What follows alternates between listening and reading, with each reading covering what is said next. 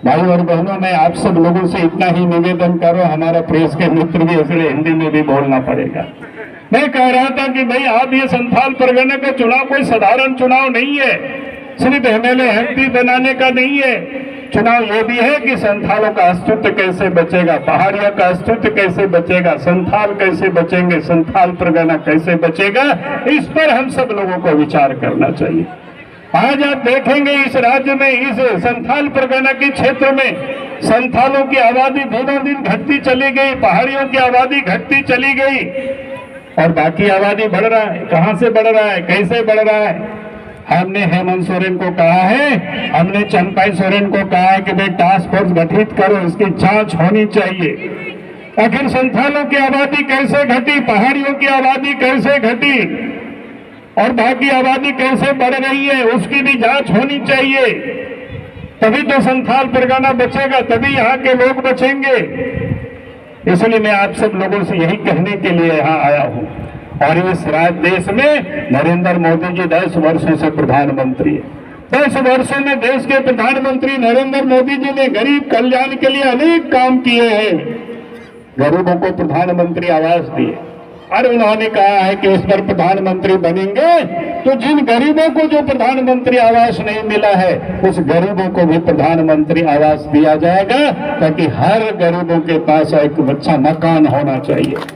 और उसके बाद देश के प्रधानमंत्री नरेंद्र मोदी जी गरीबों को भी गैस उपलब्ध करा रहे हैं, गरीब कोई भूखे नहीं रहे उसकी भी गारंटी दे रहे हैं, ताकि इस देश के प्रधानमंत्री नरेंद्र मोदी जी कहते हैं कोई भूखे नहीं रहेगा। देश के सभी लोगों को, प्रत्येक गरीबों को प्रत्येक महीना प्रत्येक व्यक्ति 5 किलो अनाज मुफ्त में भेज रही है दिल्ली से। इसलिए मैं आप सब लोगों से यही कहने के लिए आया हूँ। बीमार होने के बाद इलाज के लिए हम लोग कितना भटकते थे। उन्होंने कहा कि आयुष्मान भारत योजना के तहत कार्ड बना करके प्रत्येक व्यक्ति 5 लाख रुपया तक के इलाज की सुविधा उपलब्ध करा रहे। अगर ये काम कोई कर रहा है तो इस देश के प्रधानमंत्री नरेंद्र मोदी जी कर रहे हैं। और इसलिए मैं आप सब लोगों से यही कहने के लिए आया हूँ, यही निवेदन करने के लिए। जो देश के प्रधानमंत्री नरेंद्र मोदी जी घर की चिंता करते हैं, चूल्हा की चिंता करते हैं, भोजन की चिंता करते हैं, दवा की चिंता करते हैं, हमें भी इस बार इस प्रधानमंत्री नरेंद्र मोदी जी को देश के प्रधानमंत्री फिर से बनाना है। यही निवेदन और यही अपील करने के लिए आया हूँ। और भारतीय जनता पार्टी ने क्या काम किया याद करो। झारखंड राज्य किसने बनाया? झारखंड की लड़ाई तो वर्षों से चल रहा था, लेकिन जेएमएम नहीं बनाया। जेएमएम की दोस्ती कांग्रेस के साथ थी। कांग्रेस ने 55 वर्षों तक इस देश में राज किया। कांग्रेस चाहती तो झारखंड 50 साल पहले ही बन गया होता, लेकिन कांग्रेस पार्टी ने पहले जयपाल सिंह को फंसाया, फिर शिबू सोरेन को पैसा दिया, झारखंड नहीं दिया। भारतीय जनता पार्टी ने कहा था कि हमारी सरकार केंद्र में बनेगी तो हम झारखंड राज्य देंगे। और 1998 में 1999 में भारतीय जनता पार्टी के नेतृत्व में सरकार बनी। अटल बिहारी वाजपेयी जी देश के प्रधानमंत्री बने और 15 नवंबर 2000 को 3 साल होते होते झारखंड राज्य भी बन गया। और इसलिए मैं लोगों से कहता हूं कि अगर झारखंड राज्य को किसी ने बनाया है तो अटल बिहारी वाजपेयी जी ने बनाया है, भारतीय जनता पार्टी ने बनाया है। और इसीलिए मैं कहता हूं जो झारखंड को बनाया, झारखंडियों की भावनाओं का जो सम्मान किया है, हमें उसको वोट देना चाहिए। यही हम कहने के लिए हम आज आपके बीच में आया हूं। फिर ये लोग तो विकास के भी विरोधी है। इन लोगों के राज्य में क्या विकास हुआ? 55 साल तक उन लोगों ने राज किया था, 15 साल तक तो लालू यादव ने राज किया था। लेकिन गांव तक आने जाने की क्या स्थिति थी पहले याद करो। हम लोग हाट बाजार जाते थे, मेला देखने जाते थे, बीमार होने पर इलाज के लिए बाजार जाते थे, हॉस्पिटल जाते थे, जाना पड़ता था, पैदल जाना पड़ता था। कभी किसी ने नहीं सोचा कि गांव तक सड़क होना चाहिए, नदी नाला में पुल बनना चाहिए, कभी किसी ने नहीं सोचा। लेकिन जब बीजेपी की सरकार केंद्र में बनी, बीजेपी की सरकार झारखंड में बनी, तो गांव तक सड़क भी पहुंच गया, नदी नाला में पुल पुलिया भी बन गया। आज तो हम सब लोग गाड़ी से बाजार भी जाते हैं, मेला भी जाते हैं, शादी में बहू को लाने के लिए भी गाड़ी से हम लोग जाते हैं। अगर विकास को यहाँ तक पहुंचाया है तो भारतीय जनता पार्टी ने पहुंचाया है। पहले याद करिए गांव के घरों में क्या स्थिति होती थी, बिजली नहीं होता था। हमने लालटेन खरीदते थे, डिबरी खरीदते थे, मिट्टी तेल के लिए यहाँ वहां दौड़ लगाते थे। कभी भी कांग्रेस नहीं सोचा, कभी भी जेएमएम नहीं सोचा गांव में भी आदिवासी लोग रहते हैं, गांव में भी किसान मजदूर रहते हैं, उनके घर भी बिजली होनी चाहिए। इस देश के प्रधानमंत्री नरेंद्र मोदी जी ने इस गांव की चिंता की और उस गांव के घरों तक बिजली भी पहुंचा दिए। आज कोई मिट्टी तेल नहीं पूछता है। आज तो हम देखते हैं कि हर घर में अब बल्ब जल रहा है। अगर ये सुविधा विकास की रोशनी को किसी ने पहुंचाया तो नरेंद्र मोदी जी ने पहुंचाया। और इसलिए मैं आप सब लोगों से यही कहने के लिए आया हूं, आदिवासियों के लिए तो कितना काम किया। अटल जी ने आदिवासी मंत्रालय भी अलग से बनाया, कांग्रेस ने नहीं बनाया था। यहाँ संथाली समाज के लोग उपस्थित है। संथाली भाषा को भी भारत के संविधान की 8वीं सूची में किसी ने शामिल किया तो भारतीय जनता पार्टी की सरकार में किया, अटल बिहारी वाजपेयी जी ने किया। आज देश की जो राष्ट्रपति श्रीमती द्रौपदी मुर्मू हमारी संथाल बिरादरी से आते हैं, एक महिला है, और उनको देश के सर्वोच्च पद पर बैठाया, राष्ट्रपति बनाया। तो भारतीय जनता पार्टी ने, नरेंद्र मोदी जी ने आदिवासी भाई बहनों को सम्मान दिया, मान दिया। और इसलिए मैं आज आप सब लोगों से यही कहने के लिए आया हूं। आज आप बाकी लोगों को देख रहे हैं, वो लोग क्या कर रहे हैं। 4.5 वर्षों से जेएमएम कांग्रेस की सरकार है। पहले हेमंत सोरेन मुख्यमंत्री थे, अभी चंपई सोरेन मुख्यमंत्री है। हेमंत सोरेन जेल चले गए, आलमगीर आलम जेल चले गए, कई एक अफसर जेल चले गए, कई एक लोग लाइन में लगे हुए। इस 4.5 वर्षों में खाली लूटने का ही लोगों ने काम किया। नदी की बालू को ही लोगों ने लूटा, पत्थर को लूटा, कोयला को लूटा, किसी चीज को ही लोगों ने नहीं छोड़ा।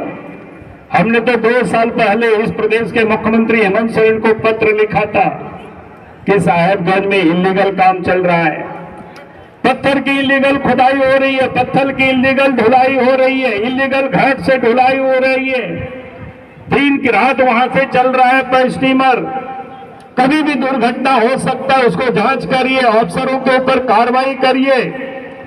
लेकिन हेमंत सोरेन के तिजोरी में पैसा ये डीसी लोग पहुंचाते थे, माइनिंग अफसर पहुंचाते थे, कार्रवाई क्यों करेंगे? आप कार्रवाई नहीं किए तो ऊपर की एजेंसी ने कार्रवाई किया तो हेमंत सोरेन को जेल जाना पड़ा। जेएमएम के लोग कहते हैं इसको फंसाया, हम कहे कि इसका जवाब तो वो बतावे कि क्यों कार्रवाई नहीं किया था।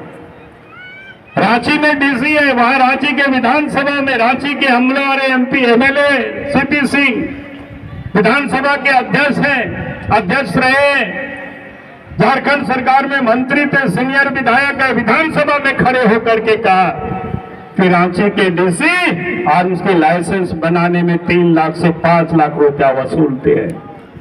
मुख्यमंत्री सुनते रहे, मंत्री लोग सुनते रहे, कार्रवाई नहीं किया एक अफसर के ऊपर। और वो लोगों ने कार्रवाई नहीं किया तो ईडी ने कार्रवाई किया, वो डीसी भी जेल में आज है और आज हेमंत सोरेन भी जेल में है। और कहते हैं कसूर क्या है? भाई जनता आपके पास कंप्लेन करता है, जनता आपके पास शिकायत करता है तो आप जांच करेंगे कि नहीं करेंगे?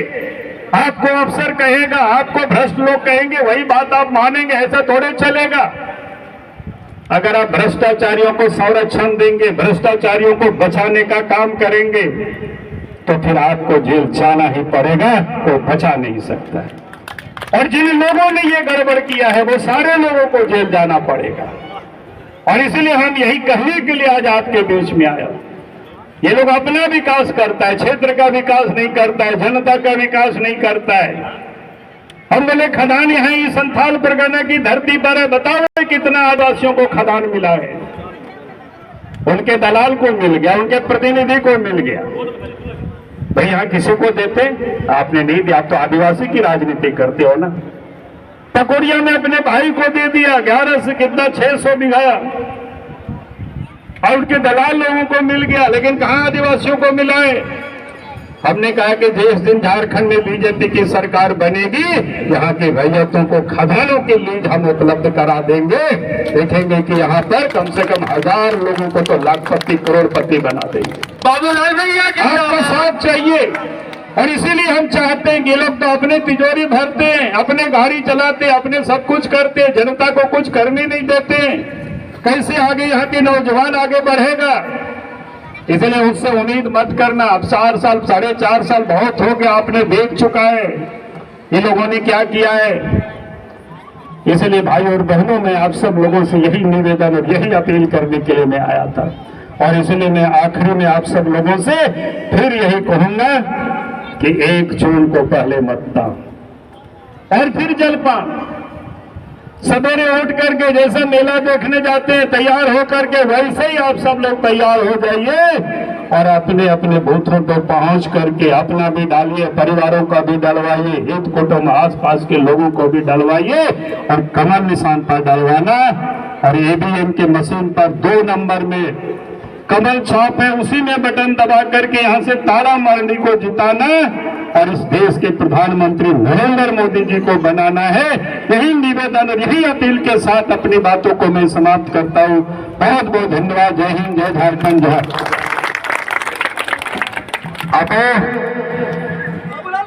जिंदाबाद जिंदाबाद जिंदाबाद। स्थानीय मुखिया राजेश जी आप आएंगे और अपने नेता बाबूलाल मरांडी जी का स्वागत करेंगे। मुखिया जी हैं, ये भारतीय जनता पार्टी के मुखिया हैं। बाबूलाल मरांडी जिंदाबाद, बाबूलाल मरांडी जिंदाबाद, जिंदाबाद जिंदाबाद।